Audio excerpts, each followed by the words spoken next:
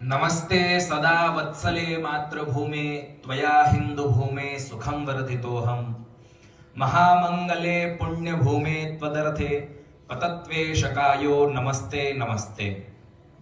हमारे बीच में पधारे हुए हमारे विद्यापीठ के ट्रस्टी श्रीमान बालूराम जी, श्रीमान कन्हैयालाल जी, श्रीमती अमराव देवी जी और बाकी जो अन्य गण हमारे बीच में पधारे हैं और हमारे विद्यापीठ के प्रिय छात्रों, आप सभी को गणतंत्र दिवस की बहुत बहुत शुभकामनाएं।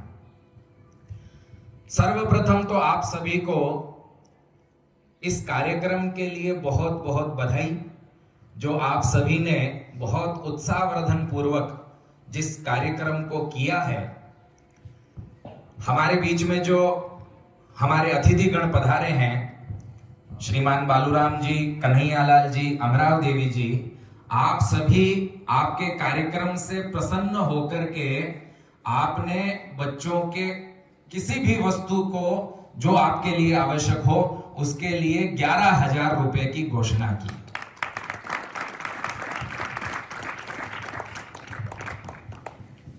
और आप सभी ने बहुत अच्छा कार्यक्रम किया भी।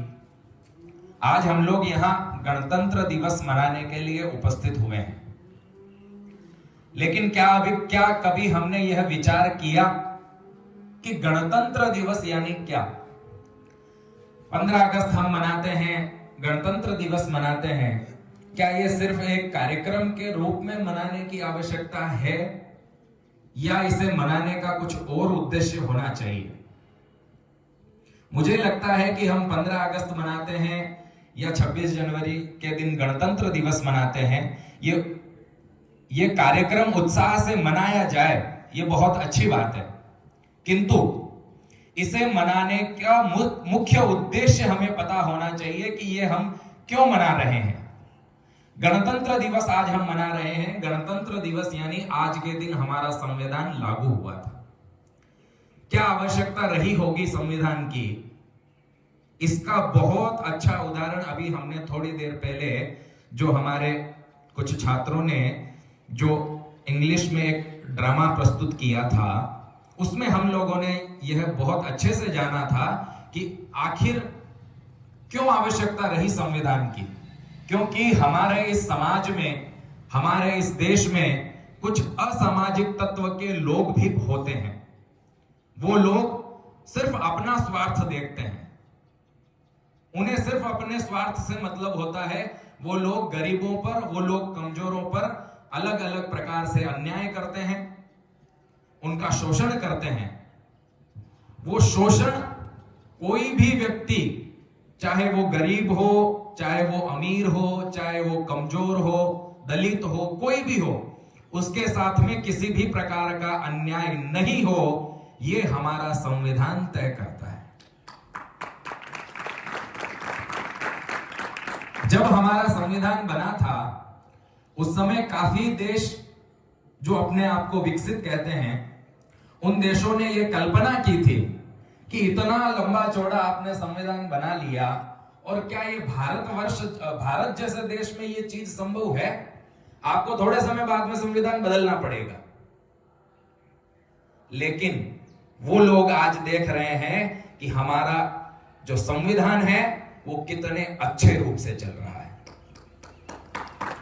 वो संविधान तय कर रहा है कि किसी भी व्यक्ति के ऊपर किसी भी प्रकार का शोषण नहीं होगा, उसे प्रताड़ित कोई भी व्यक्ति नहीं कर सकता है। यह तो संविधान की बात हुई। इस संविधान के बाद संविधान की आवश्यकता इसलिए पड़ी क्योंकि समाज में कुछ असामाजिक तत्व के लोग रहते हैं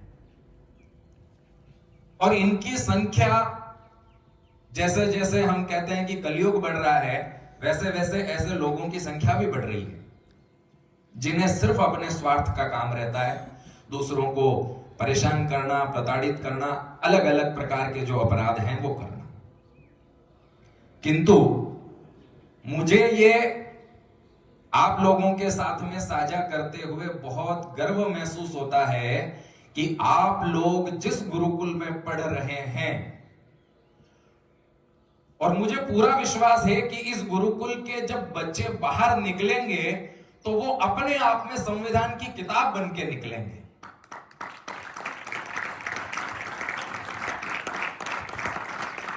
ये ऐसे संस्कार लेकर के यहां से निकलेंगे, जब कोई भी व्यक्ति इनकी ओर देखेगा तो वो कहेगा कि ये पूरे अपने आप में एक तरह से संविधान की किताब है।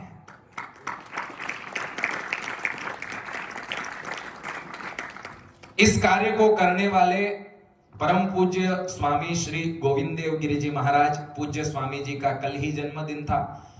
अभी महाराज जी प्रयागराज में हैं। हम लोगों ने कल उनके दीर्घायुष्य के लिए, उत्तम आरोग्य के लिए अलग अलग विधिवत पाठ किए और स्वामी जी के एक आदेश पर जो हमारे न्यासीगण पूरी तरह से, पूरे सेवा भाव से, तन मन धन से पूरी तरह से जो विद्यापीठ के प्रति समर्पित होकर के जो कार्य कर रहे हैं, उनके प्रतिनिधि आज हमारे बीच में बैठे हुए हैं। आप सभी का भी तालियां बजा करके बहुत जोरदार तालियों से इनका स्वागत कीजिए। आप लोग भी जो कार्य कर रहे हैं वो एक प्रकार से वेद का ही कार्य कर रहे हैं। और जो न्यासीगण हमें जिस प्रकार से हमारे लिए व्यवस्था करते हैं, उसके लिए हमारे बच्चों ने एक कविता बोली थी, चल रे साथी चल, चल पढ़ने को चल।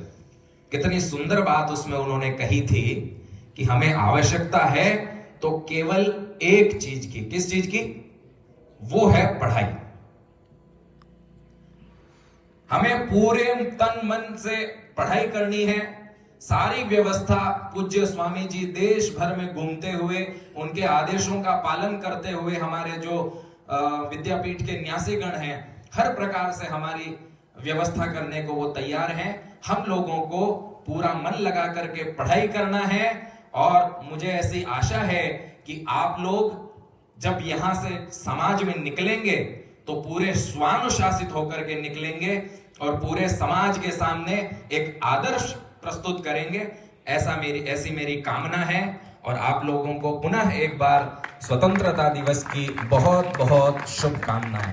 भारत माता की, भारत माता की, वंदे वंदे।